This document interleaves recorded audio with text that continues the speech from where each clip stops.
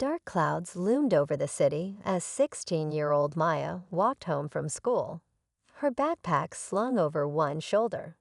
She was used to ignoring the whispers and stares from certain people in town, but today she would face something far worse.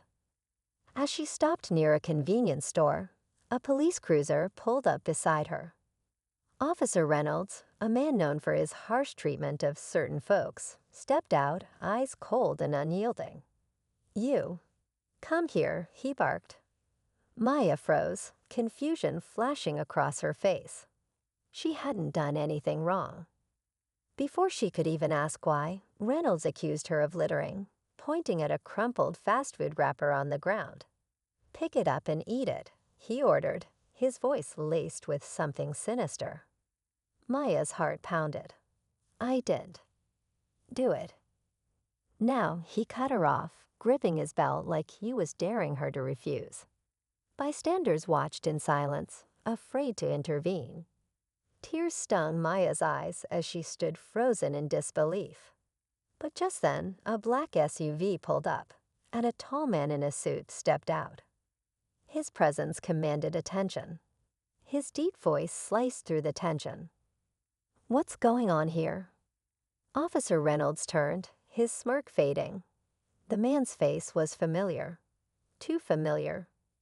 Because Maya's father wasn't just anybody. He was Judge Carter, and he had just arrived. Officer Reynolds stiffened, his grip tightening on his belt as he turned to face the man now standing before him. Judge Carter's sharp gaze flickered from his daughter's tear-streaked face to the officer's smug expression. The air felt heavy, thick with unspoken words and unmasked intentions. Maya's breath hitched as she watched her father, a man she had always seen in courtrooms, now standing just feet away from the officer who had humiliated her. She wanted to speak, to tell him everything, but the lump in her throat wouldn't let her. Reynolds cleared his throat, forcing a casual smirk. "Just teaching a little lesson about responsibility, sir." His tone held an edge, as if he was trying to regain control of the situation. Judge Carter folded his arms, his stance unwavering. "Is that right?" His voice was calm, too calm.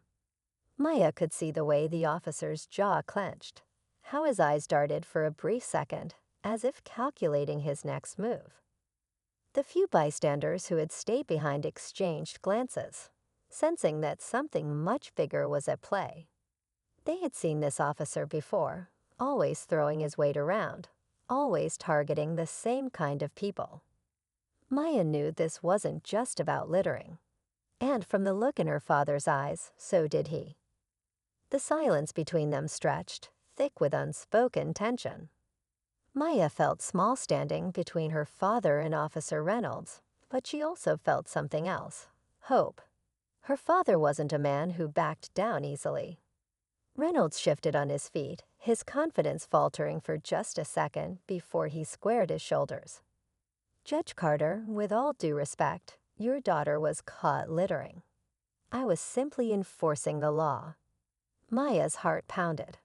She wanted to scream, to tell him he was lying, but the way her father raised a single hand stopped her. His gaze never left the officer. "The law," Judge Carter repeated, his voice eerily calm. "You mean the same law that requires fairness and justice." He took a slow step forward.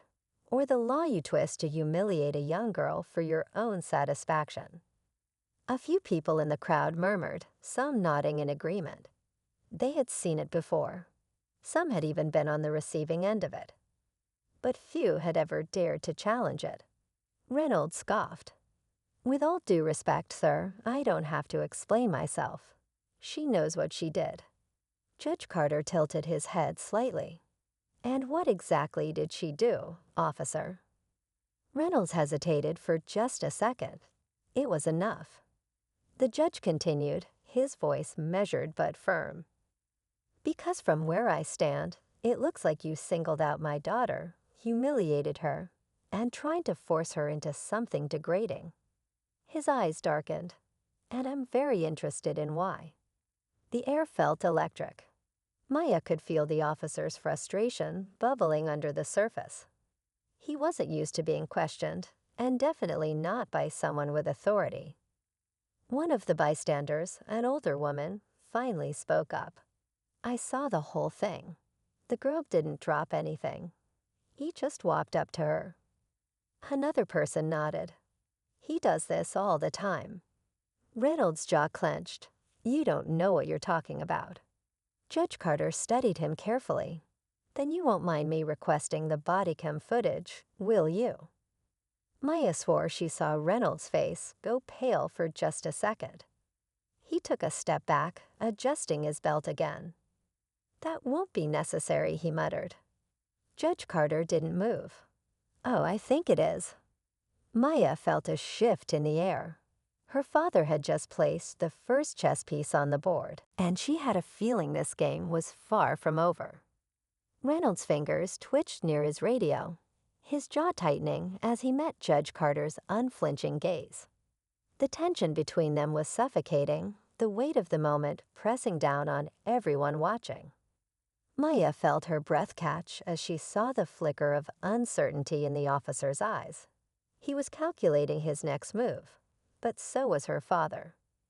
The bystanders had grown in number, whispers rippling through the small crowd.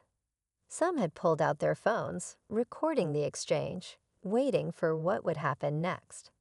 The truth was, many of them had their own stories about Reynolds, stories of intimidation, of power misused. But never before had someone with real authority stood against him like this. "I don't have time for this," Reynolds finally muttered, glancing toward his patrol car. Judge Carter didn't budge. "Then make time."